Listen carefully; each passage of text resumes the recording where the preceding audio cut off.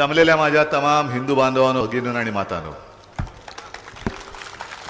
एवढ्या घोषणा होत आहेत, एवढा उत्साह आहे, जल्लोष आहे. माझ्या आधीचे वक्ते सगळे बोललेले आहेत. मला नाही वाटत आणखीन मी तुम्हाला काही सांगण्याची गरज आहे. काही सांगण्याची गरज आहे? अरे हो, काय तुम्ही निश्चय नाही केला अजून? निश्चय नाही केला अजून? केलाय की नाही? नाही, मी बोलेन तुमच्याशी, कारण मी कुटुंब संवाद करायला चाललेलो आहे, जनसंवाद नाही. हे माझ्याकडे मन की बात, ह्याची बात त्याची बात नाही, माझ्याकडे कुटुंब की बात आहे, कुटुंबाची गोष्ट आहे माझ्याकडे. कारण कोरोना काळामध्ये मी जी एक संकल्पना राबवली होती, माझे कुटुंब माझी जबाबदारी, ज्याचं कुटुंब असतं त्यांनी त्याच्या कुटुंबाची जबाबदारी घ्यायची, तसं हे माझं महाराष्ट्राचं कुटुंब आहे, त्याची जबाबदारी मी तेव्हाही घेतली होती. आणि आता हे जे संकट आलंय हुकुमशाहीचं, त्याही वेळेला मी घेतलेली आहे. मी मैदानात उतरलेलो आहे. आज भले आपण रस्त्यावरती एकमेकाशी बोलतोय, पण निवडणुकीच्या मैदानात मी तुमच्यासाठी उतरलोय, माझ्यासाठी नाही. आणि मुद्दामून मी उदय खास तुम्हाला धन्यवाद द्यायला आलेलो आहे. एक कट्टर निष्ठावंत कसा असायला पाहिजे, निष्ठा कशाला म्हणतात, ते त्यांनी उदयनी दाखवून दिलेलं आहे. आणि खरंच उदयजी, तुम्ही आपल्या छत्रपती शिवाजी महाराज आणि सेवालाल महाराजांना अभिमान वाटेल अशी निष्ठा दाखवलेली आहात. मान कापली तरी चालेल, पण इमान विकणार नाही. असं इमानी मावळा असल्यानंतर मला बेईमानांची पर्वा नाही. बेईमान किती आले आणि किती गेले बस, कारण इतिहासामध्ये बेईमानांना स्थान नसतं. त्यांची आयुष्यभर गद्दार आणि बेईमान म्हणूनच नोंद केली जाते. मी जो काय सकाळपासून फिरतोय, साहजिकच आहे, ऊन भयंकर तापायला लागले. पण ऊन जेवढं तापतंय त्याच्याहून जास्त जनता तापलेली आहे. आणि जनता वाट बघते की कधी एकदा निवडणूक येते. आणि इथे तर आपला निष्ठावंत आहेच, पण दुर्दैवाने संभाजीनगरमध्ये इतर ठिकाणी जी काय गद्दारी झालेली आहे, ती गद्दारी, अरे जिल्ह्याचं नाव छत्रपती संभाजी महाराज असल्यानंतर छत्रपती संभाजी महाराज नाव घेणाऱ्या जिल्ह्यामध्ये गद्दाराला स्थान मिळेल का? छत्रपती संभाजी नगर या जिल्ह्यात आणि शहरात गद्दारांची वळवळ आपण खपून घेणार का?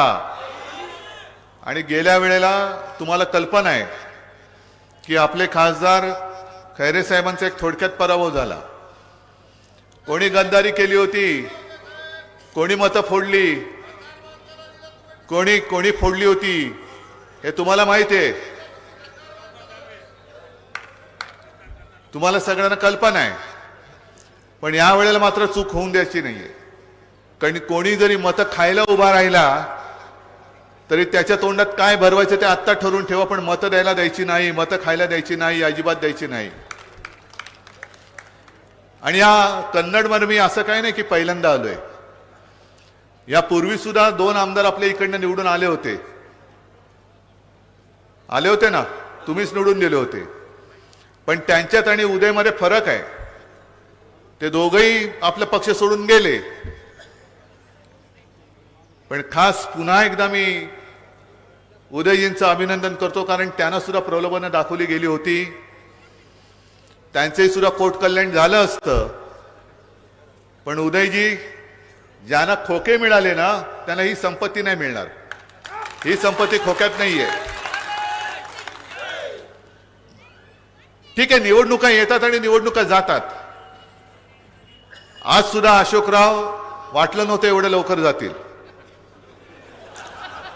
अरे मी राजकारणाचं बोलतोय. मला आता काय म्हणायचं तुम्ही मला सांगा. मी आता ते तिकडे गेले म्हटल्यानंतर गेले असंच म्हणावं लागेल ना. काल परवापर्यंत नीट बोलत होते आणि आज अचानक असे काहीतरी असं वाटलं नव्हतं. पण शेवटी मिळणार काय? कपाळावरती शिक्का काय लागणार? गद्दार. मग काय आयुष्याची कमाई काय? एवढं सगळं मिळवलं, एवढं सगळं कमावलं, पण एका गद्दारीत सगळं गमावलं. अशोकराव, तुम्ही आज तिकडे गेलात म्हणून मी लगेच काय तुमच्यावरती आरोप नाही करणार, पण तुम्ही जी एक घोडचूक केलेली आहे ती तुम्हाला आणि तुमच्या नंतरच्या पिढ्यांनी जी भोगावी लागणार आहे की अरे यांनी गद्दारी केली. आज संपूर्ण महाराष्ट्र दिल्ली शांची जी हुकुमशाही चालू आहे त्याच्या विरुद्ध एका तडफेने उभा राहिलेला आहे. मी जिथे जिथे जातोय तिथे तिथे प्रचंड गर्दी जमते. हिंदू तर सोबत आहेतच, मुस्लिम पण मोठ्या प्रमाणावरती येत आहेत, ख्रिश्चन येत आहेत, मुंबईमध्ये मराठी तर आहेतच, उत्तर भारतीय सुद्धा येत आहेत. काय येत आहेत? आता तुम्ही माझ्या समोर इकडे बसलेला आहात, माझं तुम्ही ऐकताय काय म्हणून ऐकताय? मी कोण आहे? माझा पक्ष त्यांनी चोरलेला आहे, माझं चिन्ह त्यांनी गद्दारांना दिलेलं आहे, माझ्या हातात तर काहीच नाही, माझे हात रिकामे आहेत, आणि तरी देखील तुम्ही मोठ्या संख्येने जमताय. अरे हीच तर माझी संपत्ती आहे. आणि संजय राऊत, आपण जे बोललात की दिल्ली मधले लोक उद्धव ठाकरेला घाबरतात, कारण त्यांना माहिती आहे उद्धव ठाकरे एकटा नाहीये, उद्धव ठाकरेंबरोबर महाराष्ट्रातला मर्द आहे. अरे भेकड तुमच्याकडे आले असतील, आणखीन येतील, घेऊन टाका. तुमच्याकडे भेकडांची सेना असेल, गद्दारांची फौज असेल, पण ती गद्दारांची फौज, भाड्याची फौज ही माझ्या मर्द मावळ्यांच्या फौजीबरोबर लढा देऊ शकत नाही, टक्करच देऊ शकत नाही. आणि मी प्रत्येक सभेमध्ये सांगतो, भारतीय जनता पक्षामध्ये जरा जरी मर्दपणा शिल्लक राहिला असेल, शक्यता नाहीच आहे, अजिबात नाहीये, पण जरा जरी भाजपामध्ये मर्दपणा शिल्लक राहिला असेल तर तुमच्या सरकारी यंत्रणा ज्या घरगड्याप्रमाणे वापरताय तुम्ही, त्या बाजूला ठेवा आणि खुल्या मैदानात लढायला समोरासमोर या. बघूया कोण जिंकतो आणि कोणाच्या पाठीला माती लागते. पण आज पूर्ण देशामध्ये, म्हणजे आज नितीश कुमारनी तो विश्वासदर्शक ठराव जिंकला म्हणतात, पण कालपासून बिहारमध्ये जे एक नाटक चाललं होतं, जवळपास 200, 300, 400 पोलीस त्यांनी तेजस्वी यादवच्या घरात घुसवले. सगळीकडे पोलीस घुसवले, कुठे आमदार, कुठे आमदार, कुठे आमदार. याला लोकशाही म्हणता तुम्ही? पोलिसांच्या बळावरती तुम्ही आमदारांना उचलून आणत असाल तर ही जुलम जबरदस्ती आहे. तुम्ही ईडी, इन्कम टॅक्स आणि सीबीआय, त्यांना पण मी सांगतो दिवस थोडे राहिले त्यांचे, नंतर आमचं राज्य येणार आहे. आत्ता गडबड कराल तर उद्या तुम्हाला बघून घेईन. पण आमच्या आमदारांच्या मागे ईडी लावायची, सीबीआय लावायचं, इन्कम टॅक्स लावायचं. बरं, लावला तर लावला, पण लावल्यानंतर जर का ते भाजपात गेले तर आपल्याचकडचे एक आमदार ज्यांच्या घरामध्ये ईडी घुसली होती, त्यांनी स्टेटमेंट दिले की त्यावेळेला जे पोलीस आले होते, मला वाटतं सीमा सुरक्षा दलाचे पोलीस घेऊन घुसले होते ईडीवाले त्यांच्या घरी. म्हणजे धाड घालायला जे पोलीस आले होते ते म्हणे आता माझ्या घराबाहेर माझ्या संरक्षणासाठी पहारा करताय, आतमध्ये मी मस्त झोपतो. आता ते पलीकडचे पुण्याचे हर्षवर्धन पाटील सुद्धा बोलले होते की भाजपात आलो आता ईडी बीडी काय नाही बघा, शांत झोप लागते. म्हणजे तुम्ही एकतर आरोप करताय, ते कुटुंबाची बदनामी करताय. हे कुठलं हिंदुत्व आहे? हे हिंदुत्व कुठलं? अरे हिंदुत्व हिंदुत्व तुम्ही म्हणता, तसंच छत्रपती शिवाजी महाराजांनी समोरासमोर लढा दिला होता. आणि एक सुद्धा उदाहरण मला शिवाजी महाराजांचं असं दाखवा की शिवाजी महाराजांनी त्यांच्या मित्राला दगा दिला होता. एक सुद्धा नाही. कारण मित्राला दगा देणारा आमचं हिंदुत्व असूच शकत नाही, आणि जो मित्राला दगा देतो तो हिंदूच असू शकत नाही, अजिबात नाही. तुम्ही एका बाजूने या सगळ्या गोष्टी करतात. आता सुद्धा जे आमच्या मागे आमचे जे आमदार माझ्या सोबत राहिलेत, अगदी वायकर असतील, आणखीन कोळी, त्यांना सुद्धा म्हणे मुदत दिलेली आहे की इतक्या दिवसामध्ये भाजपात किंवा मिंदेकडे जा, नाही तर तुरुंगात जा. आणि संजय राऊतला लोक आज का मानतात? कारण तो तुरुंगात जाऊन आला. उदयनला सुद्धा का मानतात? कारण त्यांनी मला आता तेच सांगितलं की त्यांनी सगळ्यांना सांगितलं की घरी मला आई वडिलांना आणि शिवसैनिकांना तोंड दाखवायला जागा राहिली पाहिजे. जर मी भाजपात गेलो, मिंदेकडे गेलो, तर मी तोंड काय दाखवू लोकांना? हे सगळे जे काही गद्दार फिरतायत, हे कोणत्या तोंडाने फिरतायत? बरं, काय संस्कृती काय? आता म्हणे हे म्हणजे मोदी सरकार, मी मोदी सरकार मानत नाही, मी भारत सरकार मानतो. मोदी सरकार तुमच्या पक्षापुरतं असेल, पण माझा हिंदुस्थान तुमच्या आधी कित्येक वर्षापूर्वी जन्माला आलेला आहे. हे आमचं हिंदुत्व भाजपाने जन्माला नाही घातलेलं, त्याच्या आधीपासून जन्माला घातलेलं आहे. आणि मराठवाडा ही तर संतांची भूमी आहे. मराठवाड्यामध्ये कोणी आम्हाला हिंदुत्व शिकवण्याच्या प्रयत्नात पडू नये. अगदी प्राणी मात्रांवरती सुद्धा दया करा. अंबरस तुम्ही सांगितलं की उदय आपले कोणाच्या घरी चांगलं वाईट झालं तरी जातो, एवढंच नाही तर त्यांच्या घरची गुरं बिरं सुद्धा कुठे बरं वाईट झालं तरी जातात. याला म्हणतात माणुसकी, आणि हे खरं हिंदुत्व आहे. मग हे हिंदुत्व कुठे?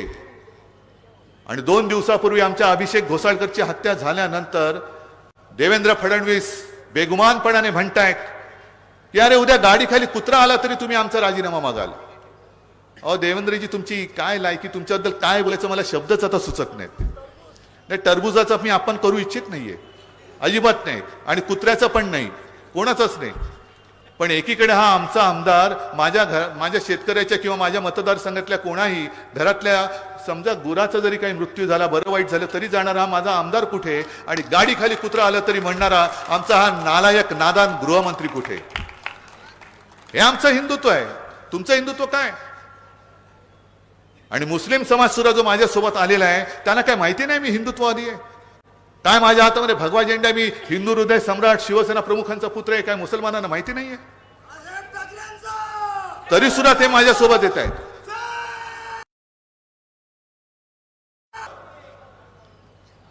की कधी माझ्या आजोबांनी, कधी माझ्या वडिलांनी हिंदू धर्माचा अभिमान बाळगताना दुसऱ्या धर्माचा आहे म्हणून द्वेष करायला शिकवलं नाही.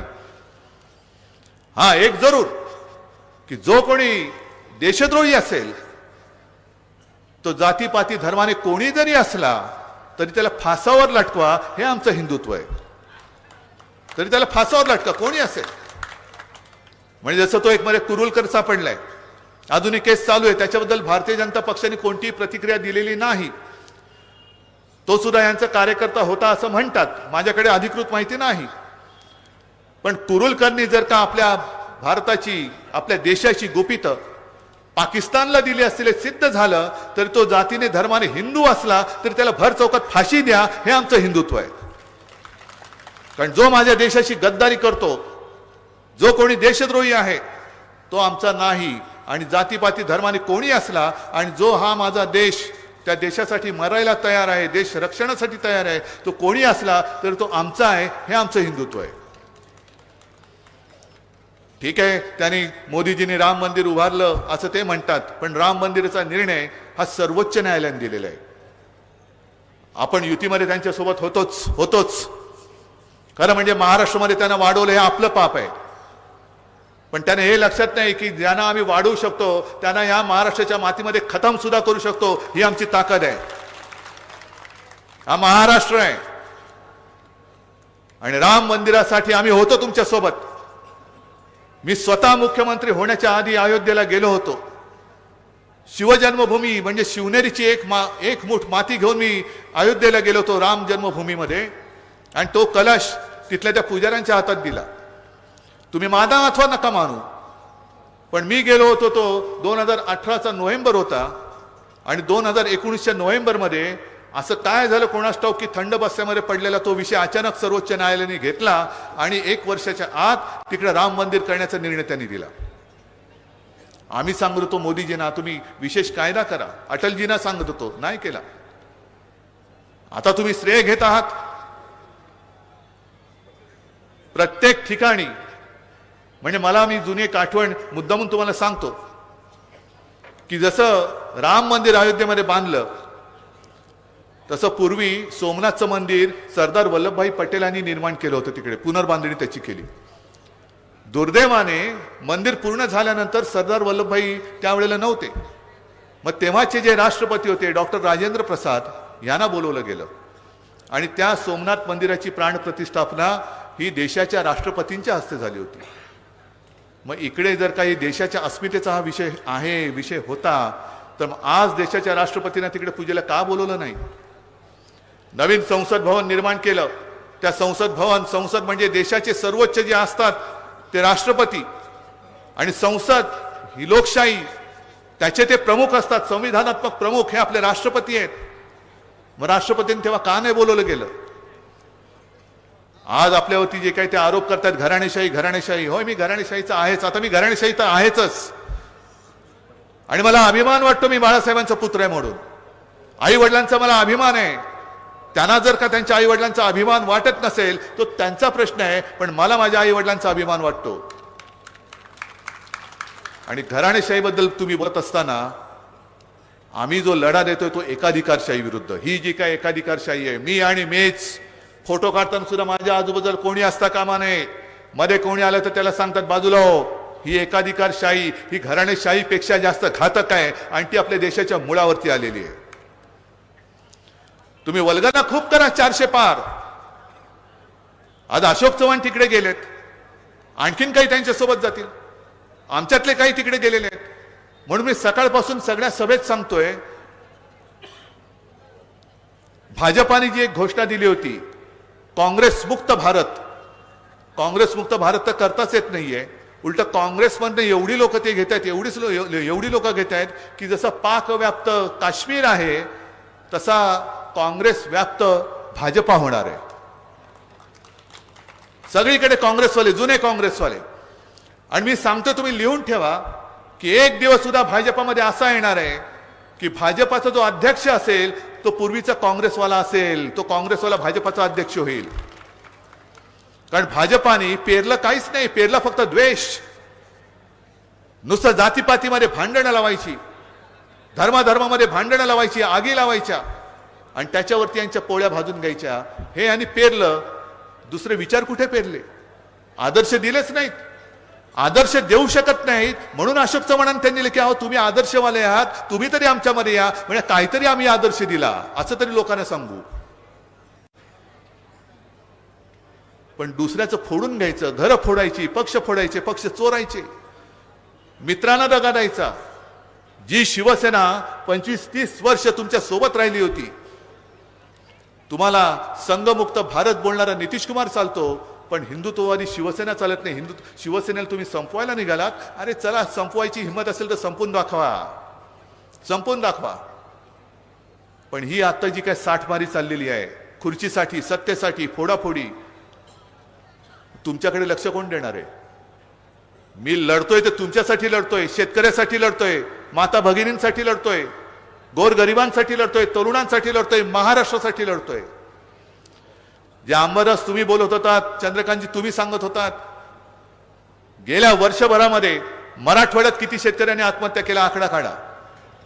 चला, माझं आव्हान आहे, मराठवाड्यामध्ये हे दळभद्री सरकार आल्यानंतर आत्महत्या किती शेतकऱ्यांनी केल्या आणि मोदी सरकार म्हणून जो काय डांगोरा पिटतायत त्या मोदी सरकारने मराठवाड्यामध्ये नोकऱ्या किती दिल्या, मला सांगा. आकडे कोणाचा कोणता मोठा होईल? शेतकऱ्यांच्या आत्महत्या वाढत आहेत, संभाजीनगर जिल्ह्यामध्ये होत आहेत, सगळीकडे होत आहेत. एकतर कुठेतरी बातमी आली तो उपोषणाला बसला होता शेतकरी, त्याने त्या मंडपामध्येच गळफास लावून घेतला. दुसरीकडे अमरावतीमध्ये संत्रा उत्पादक शेतकऱ्यांनी आत्महत्या केली. मग त्या गावकऱ्यांनी सगळ्यांनी मिळून त्याची अंत्ययात्रा त्या प्रांत कार्यालयात नेली आणि दशक्रिया विधी करायचं ठरवलं. दशक्रिया विधी करायचं ठरवलं आणि त्याचं आमंत्रण थेट पंतप्रधानांना दिलं की माननीय पंतप्रधानजी, अमुक अमुक दिवशी या आमच्या बांधवांनी, ह्या संत्री उत्पादक शेतकरी होता, त्याने आत्महत्या केली, त्याचा दशक्रिया विधी आहे, कृपया आपण या. संकटकरी महाराष्ट्रावरती आल्यानंतर पंतप्रधान तुम्हाला दिसलेत? अतिवृष्टी झाली, अवकाळी आल्या, दुष्काळ झाला. आज सुद्धा मराठवाड्यामध्ये टँकरनी पाणी पुरवठा सुरू आहे. जवळपास किती 200, 250, 300 टँकर आज मराठवाड्यात फिरत असतील. कोण बोलते त्याच्याबद्दल? पाणी पुरवठ्याबद्दल कोण बोलते? इथे किती शेतकरी आलेत? आलेत की नाही आलेत? सगळे आनंदी आहात का रे बाबांनो? अरे तुम्हाला 1 रुपयात पीक विमा मिळाला पाहिजे. कापसाला भाव नाही, सोयाबीनला भाव नाही, सगळीकडे राज्यामध्ये जर बघितलं मोसंबीला भाव नाही, कांद्याला भाव नाही, गद्दारांना भाव आहे, गद्दारांना भाव आहे. पण जो इमानाने आपला अन्नदाता आहे त्या अन्नदात्याला तुम्ही त्यांच्या मेहनतीचा पैसा देत नाही. मग 14 वर्षापूर्वी तुम्ही जे काय सांगितलं होतं की आम्ही पिकाप्रमाणे शेतकऱ्याचा दर एकरी खर्च किती येतो ते काढू. कापसाला किती येतो, सोयाबीनला किती येतो, कांद्याला किती येतो, त्याच्यामध्ये 50% अधिक ऍड करू आणि ती जी काय रक्कम येईल ती आम्ही त्याला हमी भाव म्हणून देऊ. किती जणांना मिळालेत मला सांगा. पीक विमा तुम्हाला मिळाला नाही, अतिवृष्टी किंवा काय संकट आलं, अवकाळी आला, त्याची मदत मिळाली नाही. आपण जेव्हा होतो तेव्हा जिथे कुठे संकट आलं तेव्हा मिळाली होती की नव्हती हे सांगा. जे मी काही तुमची कर्जमुक्ती करू शकलो होतो 2 लाखापर्यंत पीक कर्जाची, ती तुम्हाला मिळाली होती की नाही सांगा. संकट काळात तुमच्या सोबतीला आपण येत होतो की नव्हतं सांगा. मग हेच तर सरकार म्हणतात ना. मला पण जर का फोडायचे असते तर भाजपला मी फोडू शकत होतो, पण मला त्या नालायकांची गरज नव्हती, कारण माझा तुमच्यावरती विश्वास आहे. अरे तुम्ही काय कराल, पक्षच फोडलात ना, पण पक्ष तुम्ही निवडून, आम्ही जे निवडून दिले ते तुम्ही फोडू शकाल, पण ज्यांनी निवडून दिले त्यांना कसं फोडाल, त्यांना कसं फोडाल. ते जोपर्यंत माझ्या सोबत आहेत तोपर्यंत आमची पानं, फुलं, पानं आणि फळं तुम्ही घ्या, पाहिजे तर जी सडली असतील, किडलेली असतील ती घ्या, पण माझी मुळं जी खालपर्यंत खोलवर गेलेली आहेत ती जोपर्यंत रुजलेली आहेत तोपर्यंत तुम्ही शिवसेना या वटवृक्षाला त्याचं काय एक पान सुद्धा वाकडं करू शकत नाही. आणि ही जी जाग मी आणण्यासाठी फिरतो, मी या सगळ्या आपल्या संवादाला कुटुंब संवाद म्हणतोय, कारण मी तुम्हाला आणि तुम्ही मला तुमच्या कुटुंबातले एक मानता. अरे मुख्यमंत्रीपद येतं, मुख्यमंत्रीपद जातं, पण कुटुंबामधलं माझं स्थान, हे तुमच्या कुटुंबातलं स्थान, हे जोपर्यंत माझ्या मनामध्ये आणि तुमच्या मनामध्ये आहे तोपर्यंत मला ह्या पदाची काही आवश्यकता नाही, त्याची काही मला पर्वा नाही. तुम्ही माझ्यावरती जेवढं प्रेम करता हे त्यांना पाहवत नाही, म्हणून ते आता आपल्या मागे लागलेले आहेत. तुम्ही तर सगळे आमदार पण इथला निष्ठावंत आहे, तुम्ही पण निष्ठावंत आहातच. येत्या काही दिवसामध्ये लोकसभा निवडणूक येणार. या लोकसभेमध्ये पुन्हा फाडाफोडी आणि फोडाफोडीचे धंदे होतील, पैसे वाटप होईल कदाचित. आणि मी जे प्रामाणिकपणाने सांगतो, त्यांच्याकडे धनसंपत्ती आहे, माझ्याकडे जनसंपत्ती आहे. हे माझं भांडवल आहे, हे माझं वैभव आहे. अरे पैसा तुम्ही होता बदा, कारण तो सगळा यांच्याच कष्टाने खाल्लेला पैसा आहे तो. तुम्ही गावागावामध्ये ज्या वेळेला या मोदी सरकारचे रथ येतात, मोदी सरकारचे रथ येतात, तुमच्या गावात आले असतील ना, काय केलं, मग स्वागत केलं की नाही, शाबास. कारण अनेक ठिकाणी मी, माझ्याकडे व्हिडिओ येत आहेत, युट्यूबवरती व्हिडिओ आहेत, तुमच्यासारखे मर्द सगळे असल गावकरी त्यांना अडवतायत आणि विचारतायत, अरे पहिलं मला सांगा, हे भारत सरकार का मोदी सरकार, कोणतं सरकार आहे, माझ्या देशाचं नाव काय, भारत आहे का मोदी सरकार आहे. आणि योजना ज्या आहेत त्या भारत सरकारच्या आहेत का मोदी सरकारच्या आहेत. योजना ज्या आहेत त्या ह्या सगळ्या करदात्यांच्या आणि कष्टकऱ्यांच्या पैशाच्या आहेत का मोदी साहेबांच्या खिशातल्या पैशाच्या आहेत. नाही, उत्तर कोणाकडेच नाहीये. हे तुमच्या मेहनतीवरती, तुमच्या पैशावरती स्वतःचा डांगोरा पिटणारे हे जे काही एकाधिकारशाही आणि हुकुमशाह आहेत, त्यांना छत्रपतींच्या काळाची आठवण करून देण्याची आज गरज आहे. त्याही वेळेला ते जे काही संकट आलं होतं, संपूर्ण देश जणू काय आता संपल्यात जमा होता, आणि तेव्हा छत्रपती शिवाजी महाराज एकमेव असा मर्द उभा राहिला, आग्र्याला जाऊन सुद्धा झुकला नाही, उलटा आग्र्याहून परत आल्यानंतर त्यांनी हिंदवी स्वराज्याची स्थापना केली. त्या इतिहासाची पुनरावृत्ती ही करण्याची आज आवश्यकता आहे. आणि मला खात्री आहे तुमच्यामधला जल्लोष आणि तुमची उपस्थिती बघितल्यानंतर, उदयजी मला इकडे प्रचाराला येण्याची गरज नाही, मी इकडे प्रचाराला येणार नाही, प्रचाराचं काम तुम्ही करायचं. पण मी लोकसभेच्या माझ्या खासदाराच्या विजयाच्या आणि पुन्हा एकदा माझ्या इथल्या आमदाराच्या विजयाच्या सभेला मात्र नक्की येणार. मग तुम्ही जरा मला हात उभा वरती करून देताय वचन की काही झालं तरी हा हात नुसता असा हात नाही, मला मोठ पाहिजे, मोठ, एकजुटीचे मोठ. या मुठीने आता आपल्याला दिल्लीची मस्ती उतरवायची आहे, नव्हे ते दिल्लीचं तख्त, महाराष्ट्राची मूठ त्याच्यावरती आपटल्यानंतर कशा ठिकड्या उडणार आहेत त्या आपल्याला दाखवायचं, आणि ते तुम्ही दाखवल्याशिवाय राहणार नाही ही खात्री बाळगतो. सर्वांना धन्यवाद देतो. जय हिंद, जय महाराष्ट्र. सर्वांनी राष्ट्रगीतासाठी